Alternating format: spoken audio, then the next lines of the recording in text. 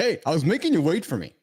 That's what hostage negotiators do. They make you wait. They make you be patient. Coming up today on the lab, Terry Tucker, cancer survivor, motivational coach, mindset coach, athletic coach, business coach, human coach. Oh, what other kind of coach? Oh, he also has negotiated some hostage stuff. That's why he's here. I'm a curious communicator wanting to talk to a hostage negotiator. Coming up, Terry Tucker in the lab. Hi, I'm Keith Bilous, and this is Live in the Lab. All right. A little bit of weirdness in front of the camera there for anybody who's watching. So I'm like, hey, where's the button? Where's the button? I can't get it going. How did you go viral on TikTok? You were on America's Got Talent. How much do you get paid to be on AGT? Oh, you didn't get paid. Keith and Steve here in Live in the Lab. You're a great interviewer. I love it. 48 miles, 48 hours. And not just once. You ain't seen nothing yet. I hit 50 last time, and I'm like, yeah, things are a little different than they were 10 years ago. So trust me, things are to keep. You have no time for the BS that much of society seems to put on the table. Why is that? What you're talking about is real right now. There's just no bullshit here, but it's just real. We brought you in with some Marley. I said, Joseph, let's talk music for a second. You said, Keith, oldies, 60s, 70s, and 80s. I've never talked to a sir before. Why are you a sir? In many ways, we're the same story. I came from nothing. You came from nothing. I think the old saying goes that if you want a trophy, you climb Everest. If you want respect, you climb K2. I've built an AI myself, and it's pretty fascinating when you can have a conversation with yourself with your own knowledge. Have you done that before? Why are we rushing to make these tools if they're all they're going to do is hurt humanity? Does the world need an Oppenheimer moment with AI? What a fun show. Hey, we all know I'm a hockey fan. True story. The guy on the show, I'm not sure if I want to invite him in. Yeah. Terry Tucker, it's from Colorado. We know that if you're from Colorado, you might be an Avalanche fan. And we know what happened last week, Terry Tucker. The Avalanche knocked out my hockey team, the Winnipeg Jets. So I'm struggling a little bit with my emotions. I'm wondering how this whole conversation is going to go. Terry is a cancer survivor. Yep. Terry also, he might have talked to some bad guys. Hey, he talks to bad guys. He used to talk to bad guys for a living. He'd get bad guys to do not bad things. True. Hostage negotiator. Truthfully, that's what really struck the chord when I invited him into the lab today. We are all about inviting interesting humans for interesting conversations. You all have a story to tell. I know you all have a story to tell. Some of you don't even know it. So I would invite you to write your words down. Write your past down. Write down what you've accomplished. Within those words, you might recognize at home, I got an interesting story to tell. Because I bet you do. So I'm excited today to talk with Terry Tucker. He's got a story. He might have a few stories to tell. Excited to have that conversation with Terry coming up. And I'm not sure if we'll get into hockey and so forth, but so from Colorado, that's what that is. And that's how that goes. Hey, if you missed the morning show this morning, Terry Tucker, we have a morning show. We go Monday to Friday. I tell everybody because I'm just trying to drive ratings up. We are creating a behemoth here in the business athlete. You know what a behemoth is? Hey, maybe that's what the new hockey team in Salt Lake City should be named. The Salt Lake Behemoths. Anyways, we talked this morning about ADHD. Not that I have ADHD. No, I sometimes wonder whether I do. So, oh yeah, what were we talking about again? I do think that I have some neurodiversity in me. And this is not to make fun of it at all, frankly. No.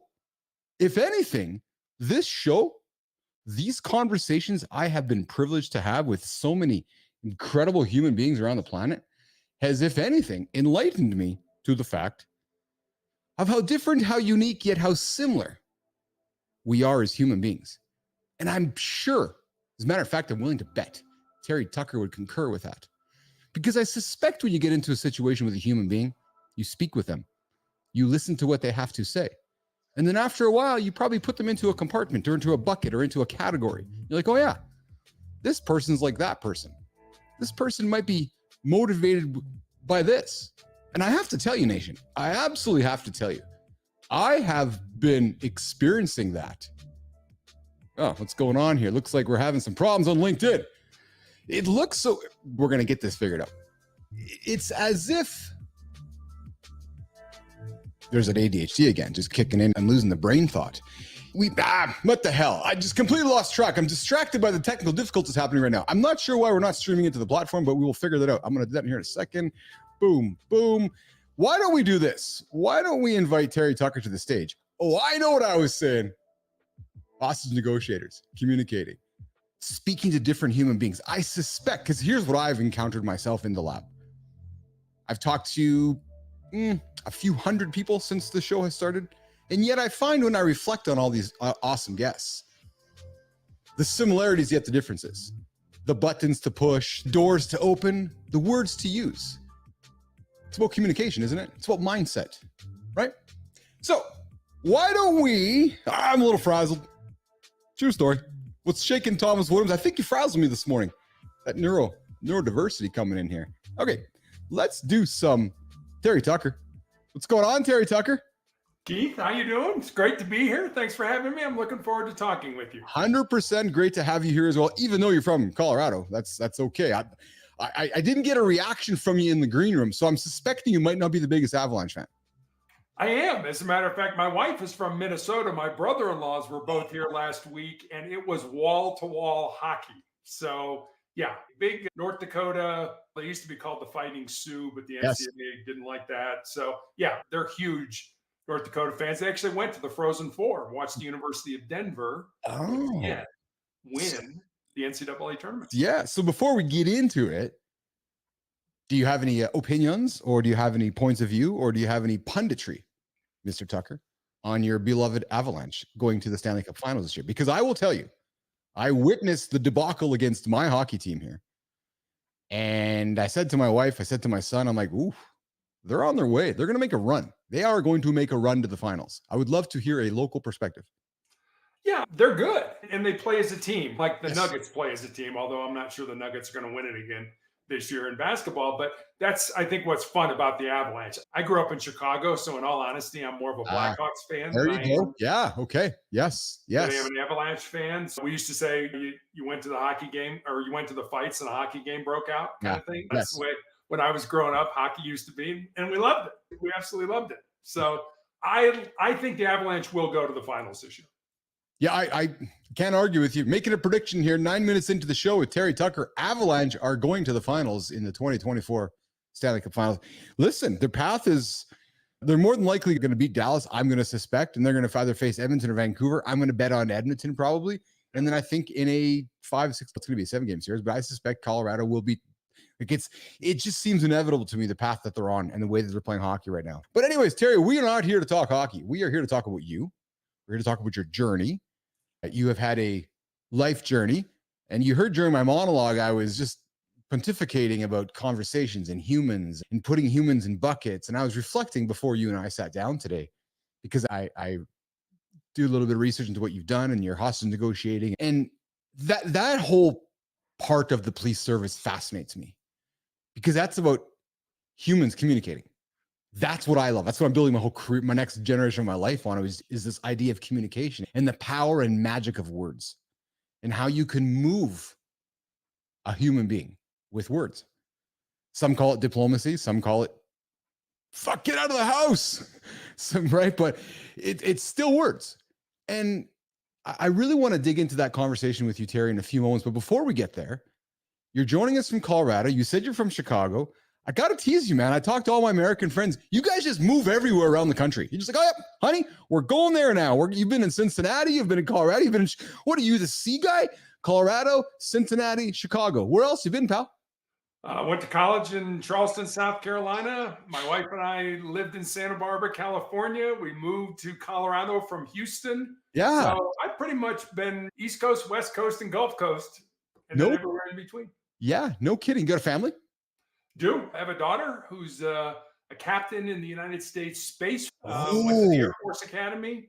So, yeah, my wife, daughter, and I, and then I've got 2 brothers, and my mom's still alive. So, yeah. Okay. So I have a bad habit here on the show, and the bad habit is getting distracted by what my guests say and being really intrigued by what they have to say and being like, oh, I need to talk about that. I had a guy on my show a month ago who was here to talk about his biocentric lighting solutions, and he reveals to me within our just chatter that he used to sell F-18 fighter jets.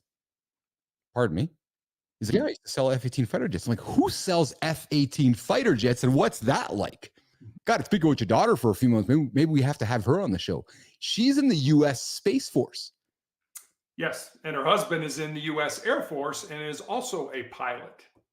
Man, that is cool. What's that dinner conversation like around the big Tucker family household? It's all top secret and we can't tell you, mom and dad, or we'd have to kill you kind of thing. So I bet. What did you think of the uniforms that I think it would have been the Trump administration when Space Force was revealed a number of years back? There was some chatter about it. There was some, what is this, Star Trek? Or what's your point of view on that, Terry?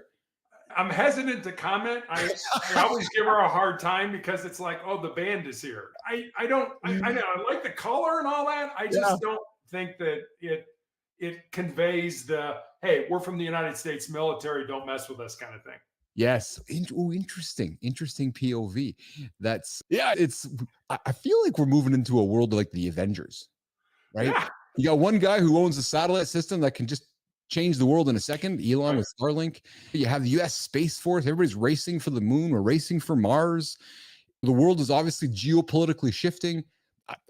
I don't know how old you are. I'm 52. Man, it is what a fascinating place we're living in today.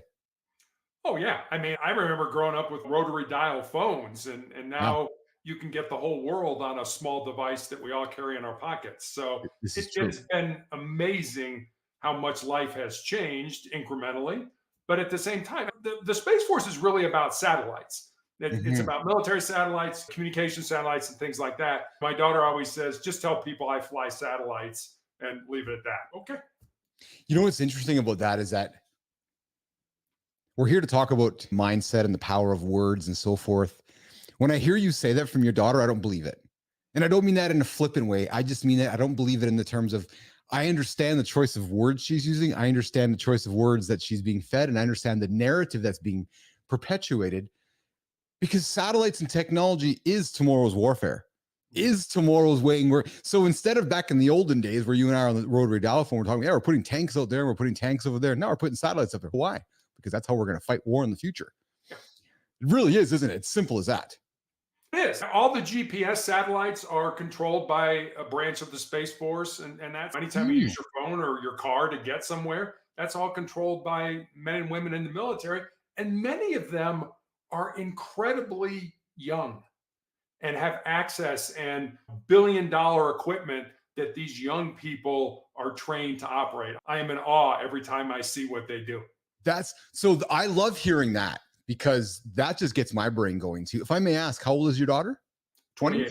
Yeah. Okay. So a young lady, and she's working for the US military in these billion-dollar projects. And we look back on our children and think, oh my goodness, like what they are in control of. Yeah, billions of dollars of equipment, and not just in the Space Force, in the Army, in the Marines, in the Navy, in the Air Force. Every one of them. You've got 18, 19-year-old young men and women that young people get such a bad rap these days. These are people that are, granted, there's a quid pro quo. You do this, I'll give you money to go to college and things like that. Absolutely. But these young people are committed to the defense of our country. And every time I hear about how negative the young people are, yeah, there's a lot of negativity. But there's also a lot of positivity, a lot of young people doing really great things. Yes. I guess the good news is with the US, Terry, is that you guys are quite balanced, right? You have a great group of young humans managing the Space Force. Then you have a couple old guys running the country, a couple 100-year-old guys, just like, hey, so you're 100, I'm 99, and we're going to see who's going to race. Your country is being run by 50-year-olds. It's perfect. There you go. Yeah, that's one thing that I always wonder. We're the United States of America, the greatest country in the world, and we just don't seem to have leadership anymore. We have it in the military in a lot of ways. We have it in other places, but politically, it just seems to be about a power grab. I want this. I want to stay in power. I want money. I want to do that. Wait a minute. I don't think our founding fathers ever thought that politician was an occupation. It was something that you did for a short period of time to advance the country, and then you went back to doing whatever it is you did for a living. And now you've got people that are 30, 35, 40, 50 years in politics. I don't think that's what our founding fathers ever thought of. We need young blood. We need new ideas that want to help the country, not line your own pockets. I think what's interesting about this, and so I'm here in Canada, of course, I question whether the US is the great country in the world as it once was. And I think Americans do. The world questions. The world wonders what is America's position in the world today? Because it's not what it was when you and I grew up. It's not the superpower that it once was. It is in many ways, America's lost. And some of us, and I'll put myself in the bucket, are maybe asking for yesterday. And I'm not saying that a negative, positive, just making an observation saying, hey, I wonder, but yesterday's never coming back. So now we're looking toward what's the future look like? And it's not NAFTA. It's not these legacy structures. When you talk about we need young leadership, my country too, for Christ's sakes, as well as the US, you wonder how either progressive that leadership will be, or you wonder how far the opposite it will not be progressive. I would agree. I still think we are the greatest country. You can be anything you want to be in this country. You've just got to work hard to get it. Nobody's going to give it to you. Nobody's going to come to your aid. And that seems to be where we break down. It's everybody wants something. It's what's in it for me. And I've always said that I've seen so many people that feel like they're born empty, and that their goal in life, once they get out of school and get into life, whatever that looks like for them, is to fill their empty self up. I want to have the best job and drive the nicest car and live in the greatest house and have the most gadgets and gizmos. Sorry, I really haven't drank before the show. Gadgets and gizmos. And honestly, Keith, what I found is it's just the opposite. Yeah. We're not born empty. We're born full. So our job in life, and I think when you realize this, our job in life should not be to fill ourselves up. Our job in life should be to empty ourselves out with our unique gifts and talents, certainly for the betterment of ourselves, but also for the betterment of our families, of our friends, of our communities, and of our countries. And when you look at it as it's not what I can get, it's what I can give, all of a sudden life turns around. Oh man, isn't that so? This week, it's this week. Those words seem quite similar, pretty synced to me, because it just seems like the conversations I'm having this week, a lot of people want to have shortcuts. I'm like, no, there is no shortcuts. Life is not a shortcut. Life is hard, right? And you got to put the work in, you got to put the time in, whether it's to fill the cup or empty the cup, you still got to put the time in, and there is no shortcuts. Yet people still are looking for shortcuts every single day. And it's just been that week of, come on, man, you got to show up and put the work in, Terry. You do. And Kara Lawson, the women's basketball coach at Duke University here, it's on YouTube. She talks about everything. Everybody thinks if I do this, it's going to get easier. It's going to get easier. It's going to get easier. And basically her thing is life never gets easier. No. You just handle hard better. And that's what it is. Life is never going to get easier. I can't wait till I get out of college. It's going to be easier. I can't wait till I get my first job. It's going to be easier. It's not going to be easier. It's going to get harder. But if you learn the lessons you're supposed to learn, then you'll be able to handle that hard better. And I love that quote. I love you should go on and YouTube it, because it's an amazing talk that she gives to her team. And it's just, we handle hard better if we learn the lessons we're supposed to learn along the way. Then you would be a fellow who learned much of those lessons. Terry, you battled cancer for 12 years. Am I correct? Still battling. Wow. So you are one to sit in front of the camera and the microphone to talk about battling and hard and these metaphors we're speaking about right now. What has this journey been like? How has it framed you? How has it helped you speak with others about the mindset coaching business you do and so forth? And let's talk about the effects of the last 12 years of cancer on your life, Terry. Yeah, I have been most of my life a physical person. I went to college on a basketball scholarship. I was in the police force. I was on the SWAT team. So I've been doing physical things my entire life. And then in 2018, as part of my cancer journey, my foot was amputated. And then in the middle of the COVID pandemic, my leg was amputated. And I still have tumors in my lungs that I'm dealing with. And so when you can't do what you're good at, you do what's important. And I think cancer's taught me a lot, but it's taught me two really important things. Number one, I don't think you really know yourself until you've been tested by some form of adversity in your life. And secondly, I think, and this is going to sound weird, cancer's made me a better person. I am grateful for having cancer. I know that sounds crazy, but it's made me a better human being. It's made me focus on the things that are important in life. And it's not money, it's not power, it's not influence, it's relationships. And I'm still being treated for tumors that I have in my lungs. And one of the nurses that cares for me used to be a hospice nurse. And for those of your audience who don't know about hospice, it's people who take care of people at the end of their life. And she gave me a book to read, and the book was called Imagine Heaven. And it's about people who have near-death experiences. And the one interesting thing that I pulled out of that, I pulled a lot of interesting things out of it, but the one major thing is whoever the person was that had the experience, whoever they saw during this near-death experience, whether it was Allah or Jesus or a saint or an angel or a friend or a relative, the one question that almost everybody seemed to get asked was, how do you treat my people? And I'm a fairly religious, I'm a fairly spiritual individual. If you think about Jesus being asked, what was the greatest commandment? Have no other gods above me, love your God above everything else. But what was the second? The second was love your neighbor as yourself. And that's the question people are being asked. They're not asked, did you cheat on your spouse? Did you embezzle from your company? Did you steal from your neighbor? Not that you should do those things, but the one question is, how do you treat my people? How do we treat each other? I'm not going to be remembered 100 years from now, but what I want to be remembered for today is the connections that I have with other human beings. That's what life is really all about.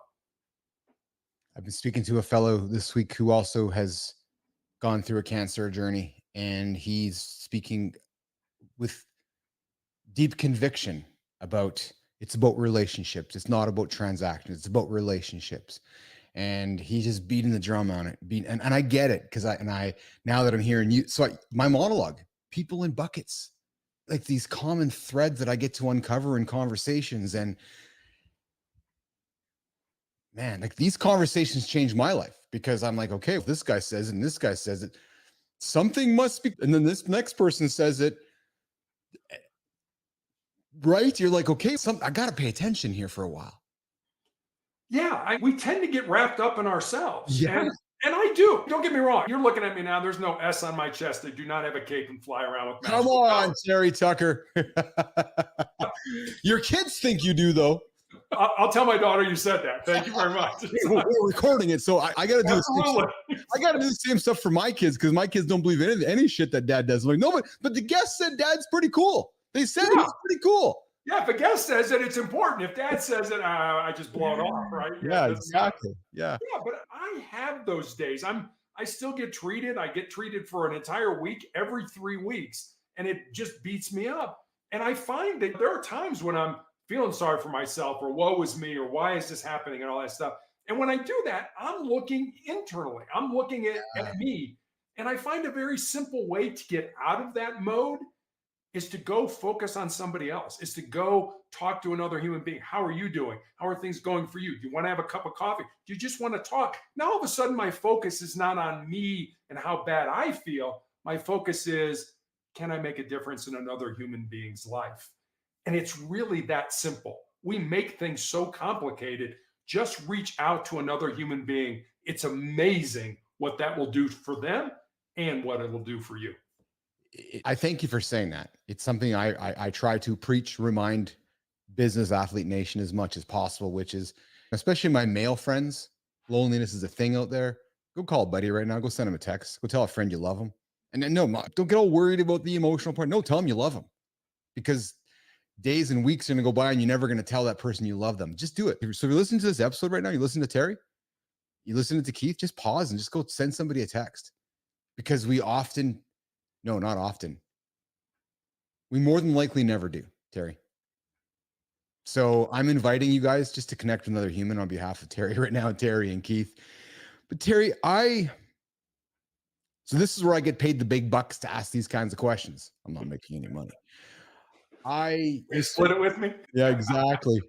But these are the kind of questions that I think my audience wants me to ask. And these are the kind of questions that I have to ask, because I've never spoken with somebody like this. But I would like you to take me, if you're comfortable taking me through that moment when you're not feeling well. You say something to your wife, maybe you're scared, maybe you're looking in your own mirror back in 2018. Maybe you were reluctant for a long time before you went to the doctor, because there's that old saying where, what is it? Ignorance is bliss. You're a police officer, tough guy, athlete, father, children. It's 2018. Something's not right with you. Go to the doctor. How did you digest that moment? So actually, it was 2012. I was a high school girls basketball coach when we were living in Texas. And I had a callus break open on the bottom of my left foot, right below my third toe. And initially, you're right, I didn't think much of it because as a coach, you're on your feet a lot. But after a few weeks of it not healing, I made an appointment and went to see a podiatrist, a foot doctor friend of mine. And he took an x-ray and he said, Terry, I think you have a cyst in there and I can cut it out. And he did. And he showed it to me. It was just a little gelatin sac with some white fat in it. No dark spots, no blood, nothing that gave either one of us concern. But fortunately or unfortunately, he sent it off to pathology to have it looked at. And then 2 weeks later, I received a call from him. And as I mentioned, he was a friend of mine. And the more difficulty he was having explaining to me what was going on, the more frightened I was becoming. Until finally, he just laid it out for me. He said, Terry, I've been a doctor for 25 years, and I have never seen the form of cancer that you have, an incredibly rare form of melanoma. And most people think of melanoma as too much exposure to the sun, affects the melanin, the pigment in our skin. Mine has nothing to do with sun exposure. It's a rare form that appears on the bottom of the feet or the palms of the hands.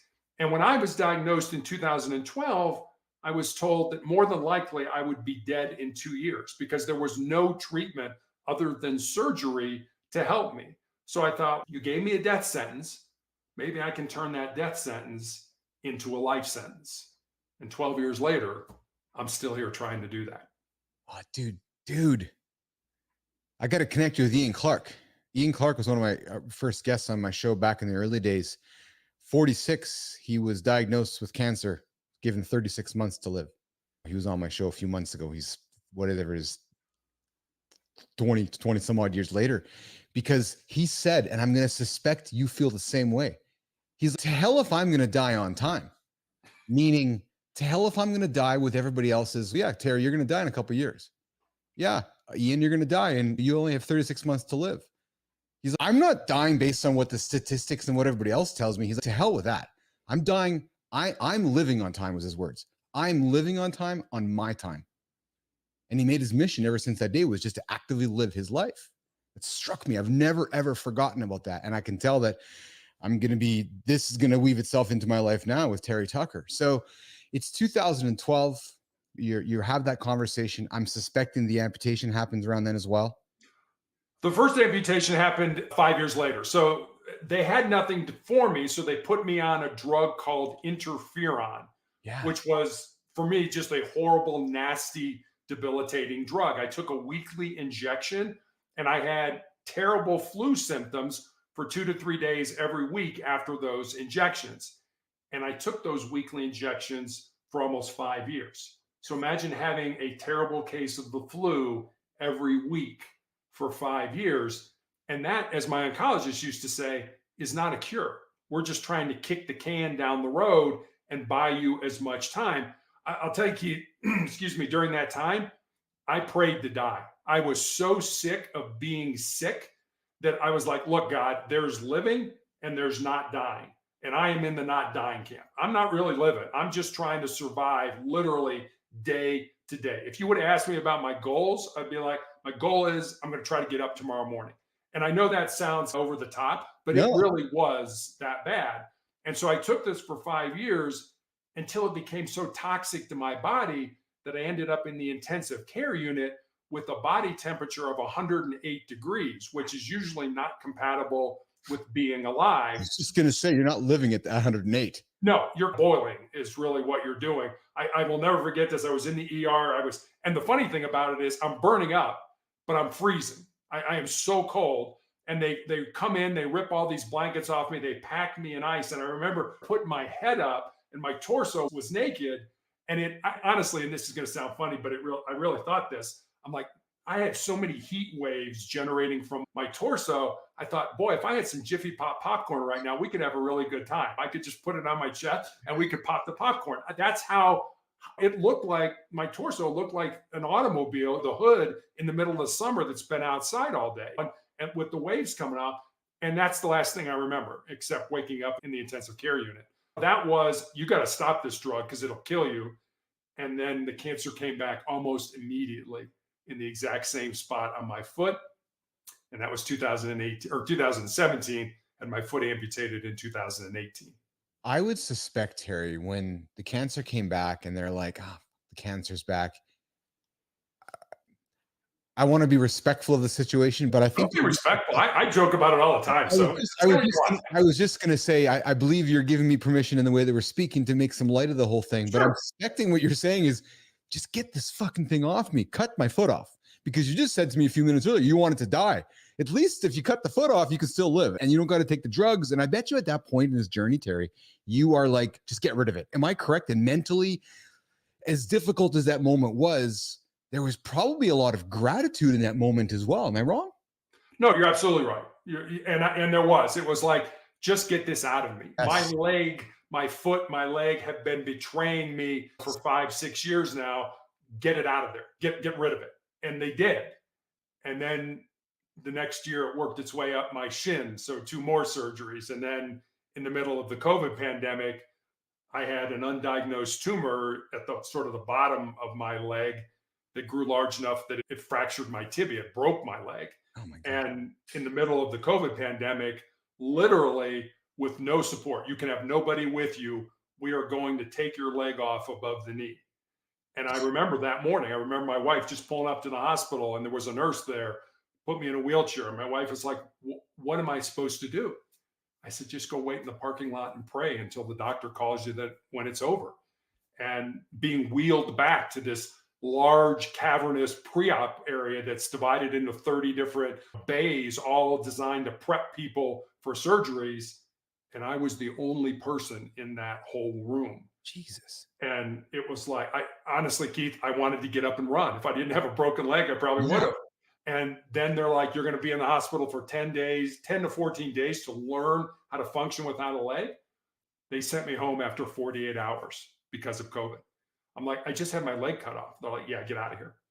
And I'm like, okay, I guess I'll figure it out as I go. And that's what my wife and I did.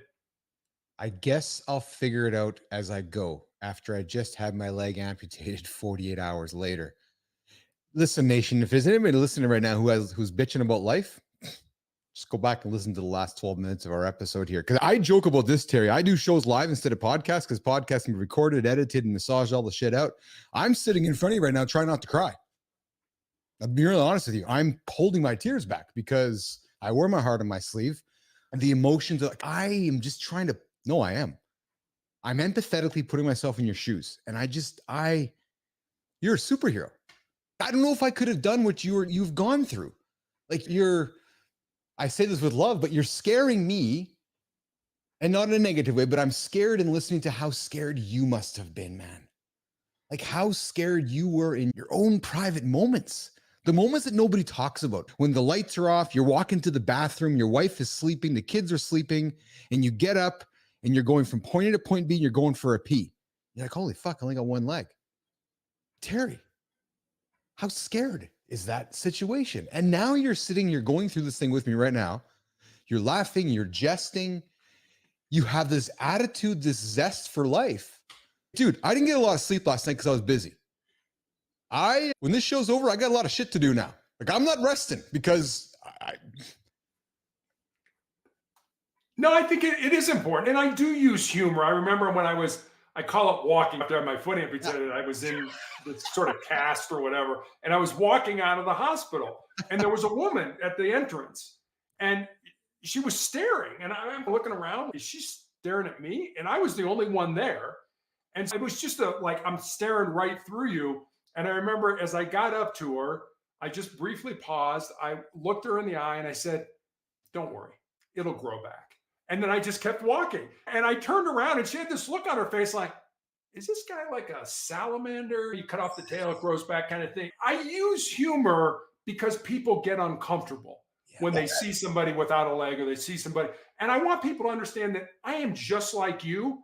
I'm just a little bit shorter now. When I stand up, I'm 6'8". When I'm in a wheelchair, nobody realizes I'm 6'8". And so you have to disarm people and let them understand that, yeah, this sucks. But I've embraced the suck, and I'm just having fun. I remember somebody said, ask St. Thomas Aquinas, what does God do? And he said, God enjoys himself. And I thought, you know what? That's what I like to do.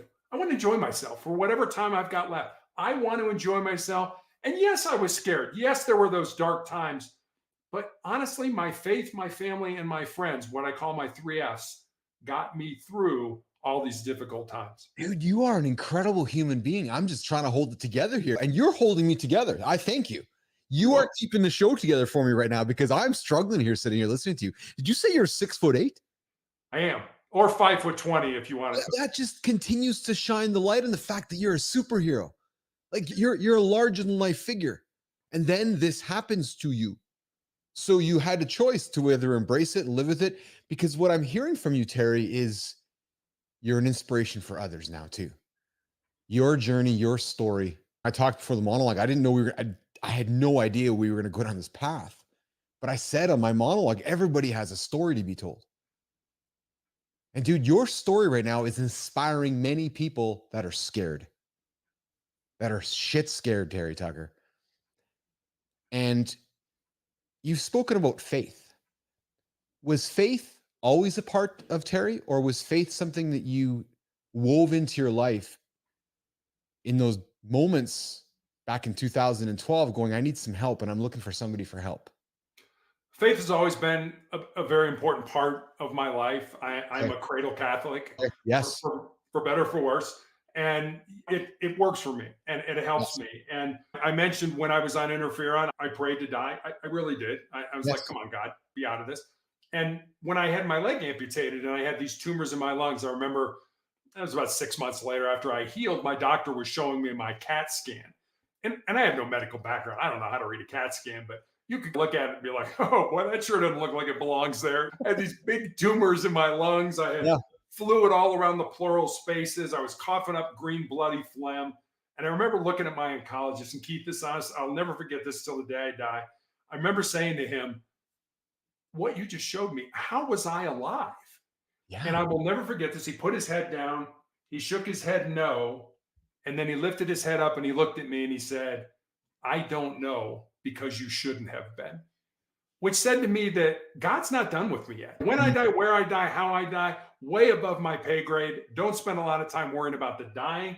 Spend much more time trying to focus on living the life that I'm supposed to live. And that's exactly it, isn't it? Focus my life on living the life I'm supposed to live instead of worrying about what's inevitably going to happen. Because when I go to the doctors, they keep telling me I'm going to die. They keep telling me I'm going to die. You're like, no, to hell with that. I'm going home to live. That's basically what you said, wasn't it, Terry? And you walked out of the hospital and you said to the lady, yeah, it'll grow back. I'm going to live now. See ya. I'm going to play basketball. Like that's what I'm getting from you with that attitude, right? Which is, I'm going to get my ball. I'm going to the hoops. When the good Lord above us says it's time to go, I'm not dunking the basket and I'm done.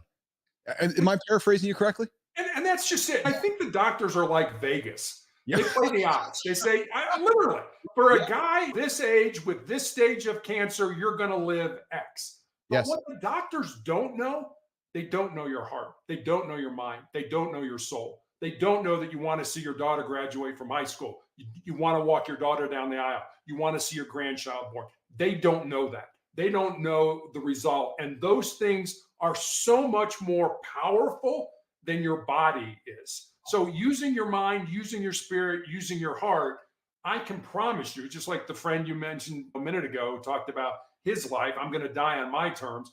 That's exactly the way I feel. Worrying about dying, there's not a thing I can do about it. I cannot add one extra moment to my life by worrying about dying. I'm going to die. I should be dead, but I'm not. And so God's not done with me yet. What he wants me to do is to keep going, to keep trying to make a difference in people's lives. And when he wants me, here I am, Lord, take me away. Terry, you're inspiring. When you're sitting and talking with your daughter's friends and our 30-year-old friends that are listening to the show and 30 and 40-year-old friends, is the message as simple to them that you just said to me, which is go and live? Because you're going to die anyways. And because that sounds so, excuse me, it sounds so cliche. And somebody who's in their 30s or your daughter, late 20s, they're not thinking about where you are at and where I am on my way towards. How do you offer, not advice, but how do you offer somebody who's maybe just struggling or going through the motions in life What's the message you give them, Terry? It's not about living, it's about serving. And I remember there's a story, most of us remember Fred Rogers, Mr. Rogers from Oh, Mr. yes. Rogers' Neighborhood. Yes. Yes. Educated so many people on public television, including me. In Yes. 2003, when Fred Rogers died, his family was going through his effects and they found his wallet. And inside his wallet was a scrap piece of paper on which Mr. Rogers had written 4 simple words. Mhm. Life is for service. Yeah. Life is about helping other people. It's not about helping you. It's not about filling you up. It's about using your unique gifts and talents to make the world a better place. And we tend, and I did this when I was young, it was all about me. I was focused on me. I absolutely did that. I don't want people to think that I'm some saint or not. I'm not, I'm just a guy. And if you understand that if you make your life about service, about caring for each other, and you can't talk about it, you have to live it. And I think that's where I have credibility. I can talk the talk, but I can also walk the walk. Here's what I've been through, and nobody will dispute what I've been through. And here's what I've learned from it. So don't try to tell people, show people by the way you engage and the way you live your life with others. It's interesting, Terry, because somebody said to me yesterday, they said, so Keith, I see you're doing these shows. I'm like, yeah. So you got a morning show? Yeah. You got a lunchtime show? I'm like, yeah. He says, so what's your business model? I said, I show up every single day. I'm kinder as a motherfucker. I smile and I give. And then I give. And then I shine light on everybody else and I give. Because I believe, Terry, that if I keep giving, eventually it's going to come back for me. And I had a guy on my show on Monday, Brandon Barnum. He's made millions of dollars by giving, by being a referral expert. And he's like, Keith, everybody's got it wrong, man. Because the more that people are like, I want to make a lot of cash. He says, but everybody doesn't realize that the more you give away for free, the more cash you're going to make. Yep.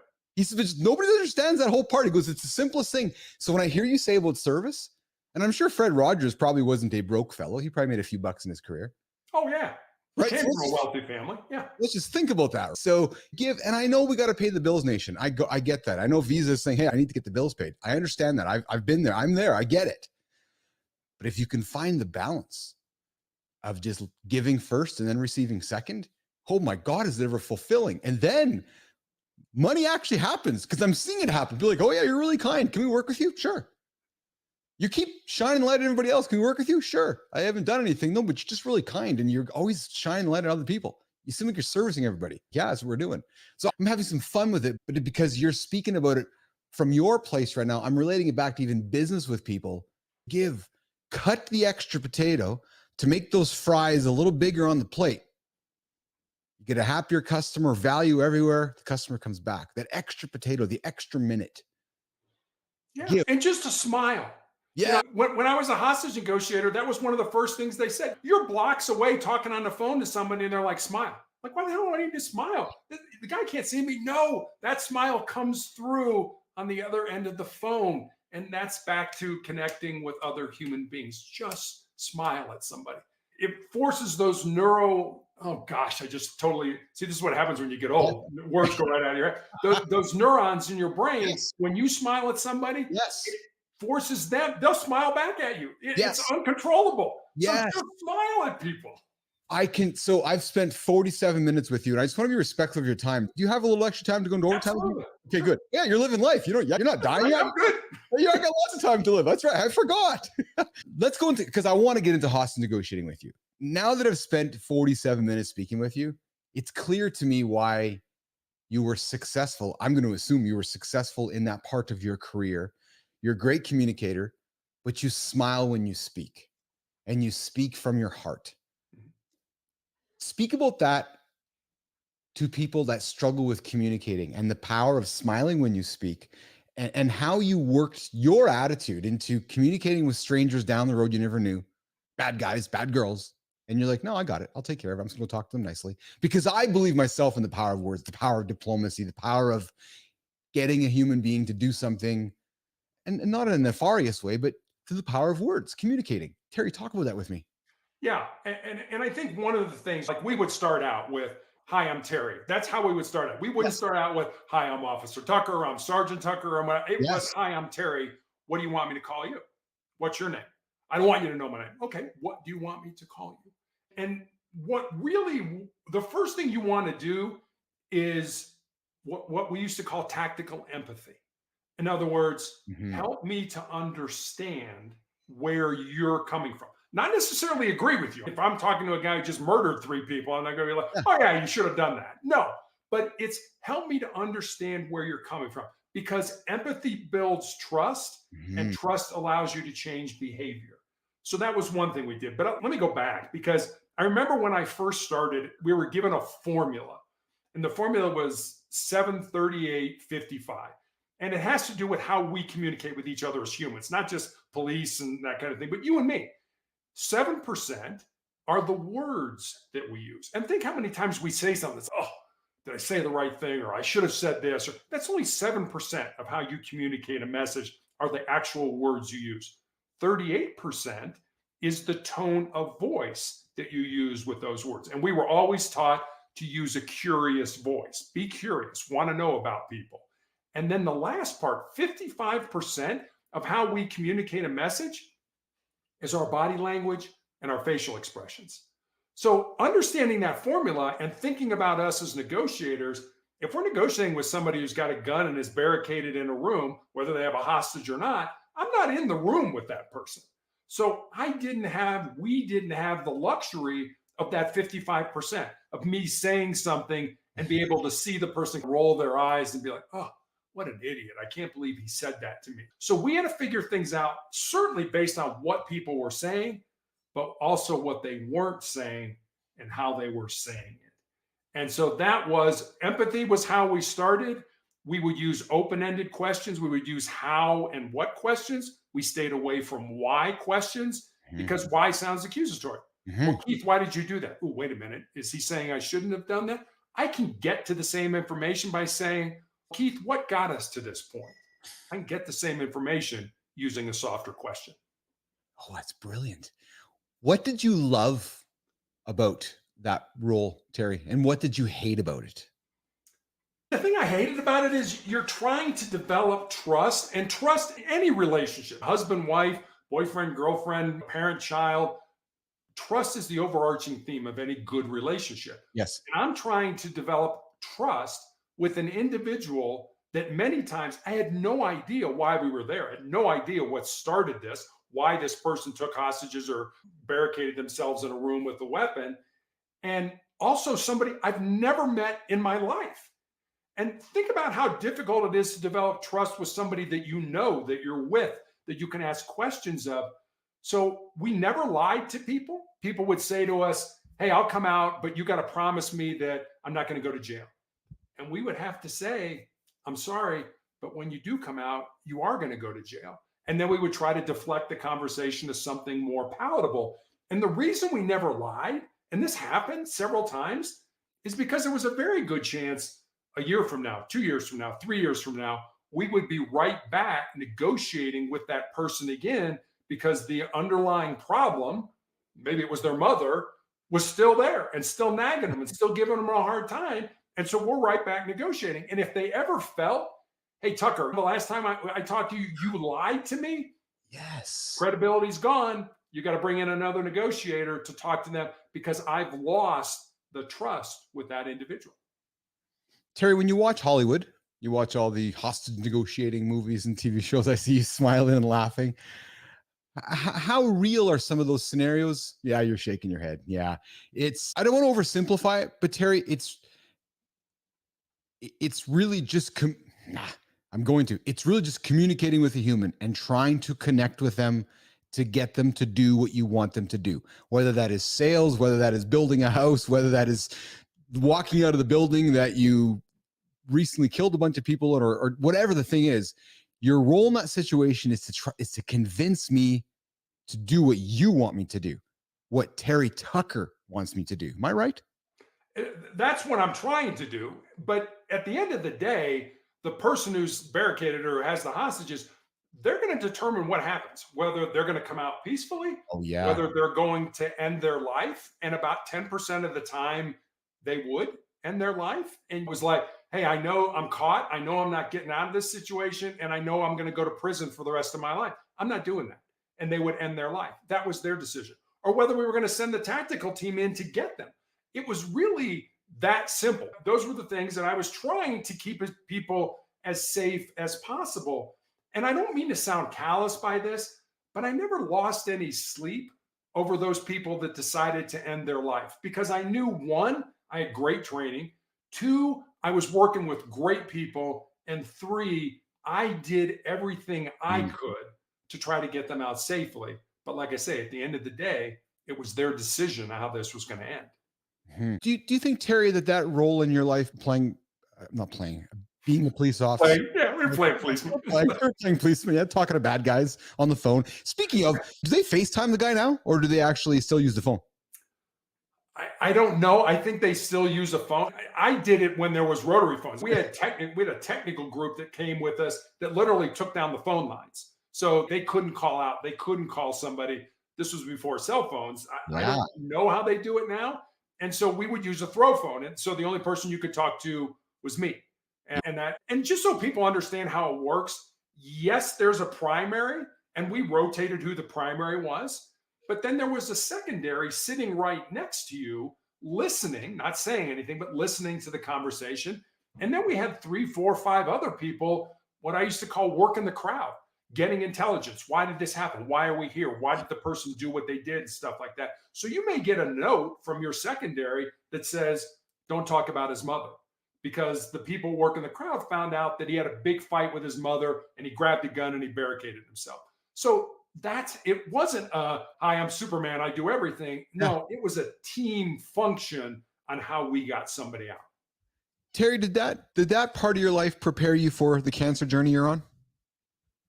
I don't think it hurt at all. How to communicate with people, how to smile, how to make them feel at ease in a situation that this guy's in a wheelchair, he doesn't have a leg. Ooh, it's uncomfortable. But hey, I'll tell you a joke, or I have all my nurses who take care of me. I have so many dad jokes. That's what I'm known for. Terry's what's your dad? Oh, Terry, that's stupid. But they all laugh. But it's that relationship part. It taught me the power of communication, and it taught me the power of caring about another human being who may have done something incredibly deplorable or despicable, but you had to put that aside because your job was to try to get that person out safely. Because at the end of the day, no matter how despicable you were, how horrible you were, there was probably somebody somewhere in the world that loved you. And I always remembered that. I always tried to make that the way it was. And if I could get you out, I wanted you to come out. I never wanted it to end where we had to go in and get you or you ended your life. But like I said, about 90% of the time we were successful at doing that. Yeah, because while you did say that you were able to sleep at night if the situation didn't go as planned, you do strike me, Terry, as one who legitimately, empathetically wanted to make the situation right. Am I right with that? Or am I going too far with that statement, that assumption? No, I think we got into the role as negotiators because we used to always chide the tactical team and say, if we do our job, you don't get to use all your toys and stuff like that. The hawks and doves, right? You're exactly, the right. Yeah. But we trained with them, and they were our brothers and sisters. And we always wanted to do a good job because if they had to go in, there was always a risk. And you never wanted to get anybody hurt, especially somebody you trained with, that they were your brothers, they were your sisters and that. So yeah, you wanted it to go right.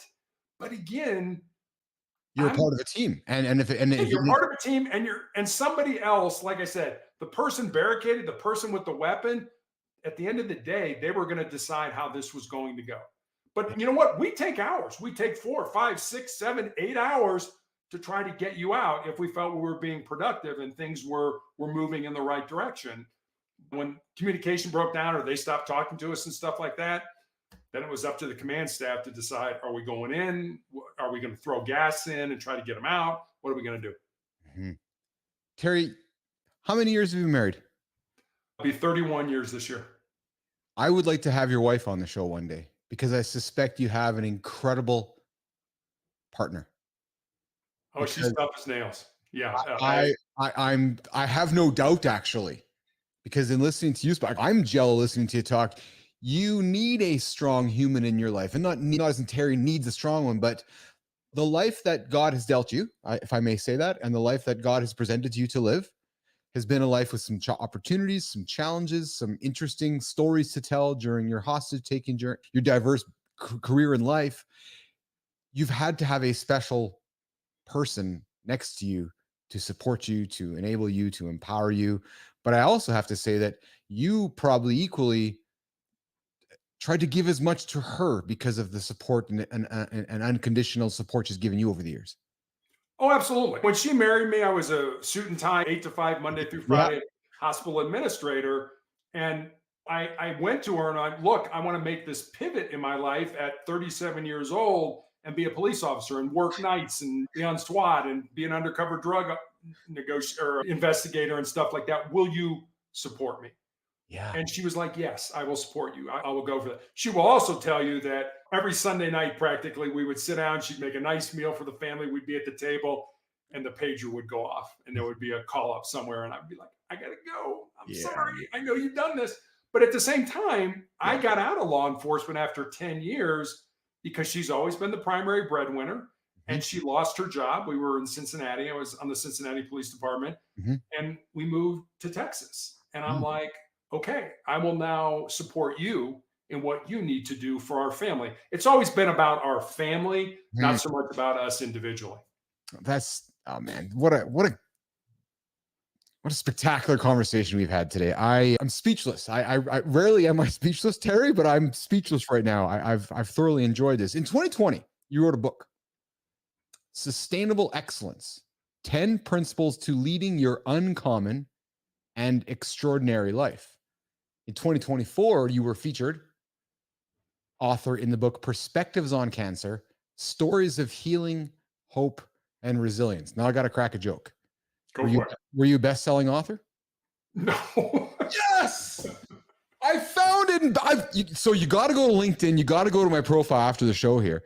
And because I made a post yesterday, I'm looking for a worst-selling author. Because everybody who writes a book is a best-selling author. You're either New York Times or Amazon best-selling author. And yesterday I was like, I was going to be a little bit of a mood and I made a post and I was like, I'm looking for a worst-selling author. You'll go read it, you'll laugh. And because everybody I know is always a best-selling author. So when I saw this post and I didn't see you have like best-selling, I'm like, oh, maybe this is the time to ask the question. I've probably given more books away than I've actually sold. In all honesty, First of all, I never wanted to write a book. I never expected to. There's that old joke that says, when we talk to God, it's called prayer. When God talks to us, it's called schizophrenia. So God never told me to write a book. But I think what he did is put enough people in my path that started to say, you should write a book, you should write a book, you should write a book. And I think I'm smart enough that when enough people say that, I need to listen to it. And so I did that. And really, Sustainable Excellence was born out of 2 conversations. One was with a former player that I had coached in high school. Yeah. We moved to the area in Colorado with a fiance where my wife and I live, and the 4 of us had dinner. And I remember saying to her after dinner that I was excited that she was living close and I could watch her find and live her purpose. In case she got real quiet, and then she looked at me and she said, Coach, what do you think my purpose is? And I said, I have absolutely no idea what your purpose is, but that's what your life should be about. Finding the reason you were put on the face of this earth, and there is a reason, using your unique gifts and talents, and then living that reason. So that was one story. And then the other one was I had a young man reach out to me on social media, and he said, what do you think are the most important things that I need to learn, not to just be successful in my job or in business, but to be successful in life? And I didn't want to give him the get up early, work hard, help up. I didn't want to give him sort of the cliches that we all know. So I spent some time writing some notes and had these 10 thoughts, these 10 ideas, these 10 principles. And so I sent them to him. And then I stepped back and I was like, I got a life story that fits underneath that principle, or I know somebody whose life emulates this principle. So literally during the 4 to 5 month period where I was healing after I had my leg amputated, I sat down at the computer every day and I built stories, and they're real stories about real people underneath each of the principles. And that's how Sustainable Excellence came to be. Wow. Terry Tucker, you are nothing short of an inspiration. Like Thanks. Nothing short of it, because you are 7'8". Well, you only have one leg, so I guess what, you're 5'2", you said? 5'20". Well, yeah. But we shrink when we get older. I tell my kids all the time, because my kids are all taller than me. I'm like, I'm 5 foot. I was 5'7". Apparently, I'm now just not even 5'6". I'm serious. My license is 5'7", but my kids are all 5'7" and they're taller than dad. I'm like, what the hell's going on here? So Terry, maybe there's something in the water. Well, it's funny because our daughter is almost 6'3" and actually went to the Air Force Academy to play basketball. So that's how she got in the military. So, man. Terry Tucker, I want to find a way to thank you. I don't know, how can I be of service to you right now? Is there anything we haven't talked about? I could sit here and talk with you all afternoon. I have another appointment to get to in 25 minutes, but I would love to have you back. I would love to have you on the morning show. I would love to speak more with you. What more can I do for you? What kind of service can I do for you here in the lab in our show? Have we talked about everything that we need to talk about? Is there anything that you need the world to know about, plug, sell, anything that I want to help, man? The best way you can help me, in all honesty, if you're inclined, is to just pray for me and my family. That's all it matters. That's all I care about. Selling books and doing all that kind of stuff. If you're inclined to do that, I would appreciate a prayer from time to time. And especially for my family, I think they have the hardest part of this. If you do that, then as far as I'm concerned, I always say I've never been on a podcast that I shouldn't have been on. You and I are together for a reason. I think God put us together for a reason, whether it's because we needed each other, was because people out there needed to hear what we were talking about, whatever it is. There's a reason you and I connected, and I'm very grateful for it, and I appreciate the opportunity to be on your show. Oh man, I am full of gratitude for this. And may I offer something to you, Terry? Actually, I do have something for you. So a great guest of mine came through the lab a number of months ago and he taught me something. And I have hung on it forever. And I offer it up to, sorry, every guest. You don't get all this from me all the time. I offer it to special ones like Terry. Thank you. I take my vitamin C in the morning. I take my vitamin D, vitamin E, and I wake up and certain days I take my vitamin G. And over the last hour, I have had nothing but gratitude, vitamin G, with my time spent with you. And I want to offer vitamin G back to you, Terry Tucker, because I'm grateful that I got to spend this last hour with you. I'm trying to hold it back. And I'm grateful that I'm a smarter human being 60 minutes later than how our conversations. I'm struggling with my words, man. You've had an effect on me, dude. You have. And this is as the greatest compliment because I'm about human connection. What I'm doing, what we're doing right now is what I'm striving to create in the lab. Human connections of conversation that people just don't have anymore, I don't feel like. We're all just so used to drinking our own Kool-Aid, and then if we disagree with yourselves, we can't talk about it, and then we got to go piss each other off. I'm like, no, man. I want to hear about what scares you. I want to hear about the fear when you're trying to take a piss in the middle of the night with one leg off, and you're like, oh my God, what the hell am I doing? That's what we need to talk about as humans, Terry. Man, am I ever grateful for you in my life today, dude. Thank you, Keith. I like I said, I really appreciate being on here. You and I were supposed to do it. You know, I always think of things that happen in our lives have been waiting to happen since the beginning of time. Oh, man. Think about that. It's just amazing how important life really is. People say they get energy from me, and I'm just like, no, I'm just living my life. This is just me. Mm-hmm. The energy that I'm getting from you, man, I feel like dude, you are a superhero. I don't care I don't care if you don't agree with me. That's fine. We can agree to disagree, or we can agree to commit, but you are a superhero because I can feel it. I'm going to leave this call feeling like I can go fly right now. I have every reason and desire to go and live. And I'm so thankful. So thank you for that, Terry. You're welcome. I'm going to put you back in the green room. I'm going to say goodbye to Nation, and then I'm going to come and gratefully walk you out, okay? Sounds good. Hang 1 sec. All right, Nation, there we go. Terry Tucker, this is a first today. I'm battling my emotion, and I'm not gonna pretend it's not there. No, I'll tell you right now, as it was happening, I was saying to myself, do I hide it? Do I turn the camera on so nobody can see the emotion welling up my eyes and how I'm feeling? And it's not about being uncomfortable. And it's not about making Terry uncomfortable. No, it's just about being a human, connecting with another human and feeling the emotional connection of that experience. It's what it is. And that is what I'm trying to create here in the lab. So if you're tuning into this show late, or you're coming into it now and you're checking it out and you're wondering what the hell is going on, I invite you to listen to the last 60 minutes of this conversation with Terry Tucker. This may have been the most meaningful conversation I've had in my entire existence on this show. So I invite you to go back and listen to it. And go back and live your life. Trust me. I'm out of here. I'll see you guys. Yeah, I'll see you in the morning. I'm going to go and race Terry out of the room. I'm going to see if he can run faster than me. Two tall guys. Yeah, two tall motherfuckers, man. Terry's 6'8" with one leg, and I'm 5'7" with two legs. We'll see who's going to win. We'll see you guys then. Hey, Terry gave me permission to joke, so I'm joking about it. And I guess that's how we make uncomfortable situations comfortable. But I'm leaving with full of love, and I hope you guys are as well. We'll see you tomorrow, Nation. Mornings in the Live with myself, Nicole Bernard. We got a guest tomorrow for an hour. Tara, I think it's Tara. We'll see you guys tomorrow, okay? Ciao.